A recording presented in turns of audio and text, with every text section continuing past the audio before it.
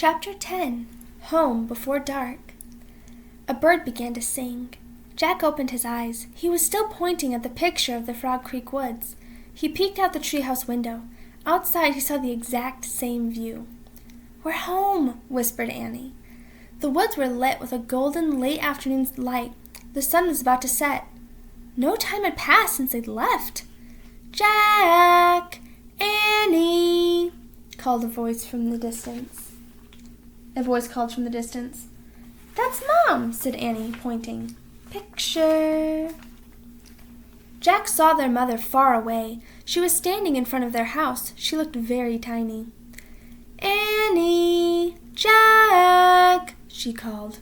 Annie stuck her head out the window and shouted, "Coming!" Jack still felt dazed. He just stared at Annie. "What happened to us?" he said. "We took a trip in a magic treehouse," said Annie simply. "But it's the same time as when we left," said Jack. Annie shrugged. "And how did it take us so far away," said Jack, "and so long ago?" "You just looked at a book and said you wished we could go there," said Annie, "and the magic treehouse took us there." "But how?" said Jack. "And who built this magic treehouse? Who put all these books here?"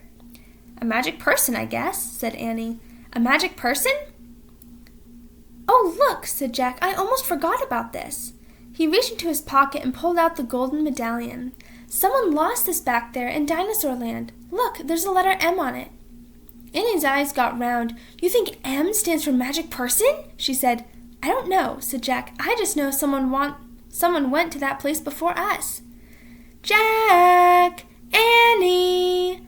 came the distant cry again. Annie poked her head out the window.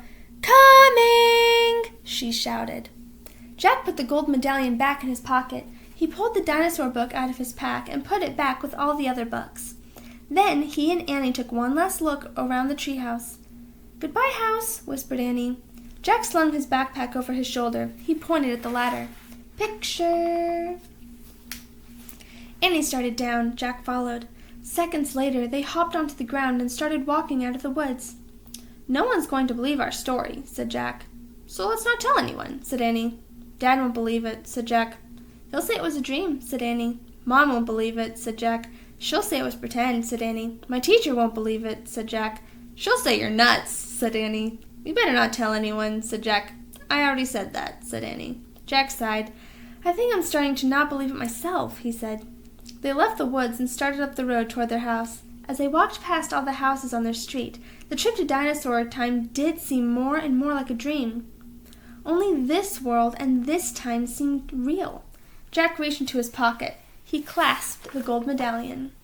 He felt the engraving of the letter M. It made Jack's fingers tingle.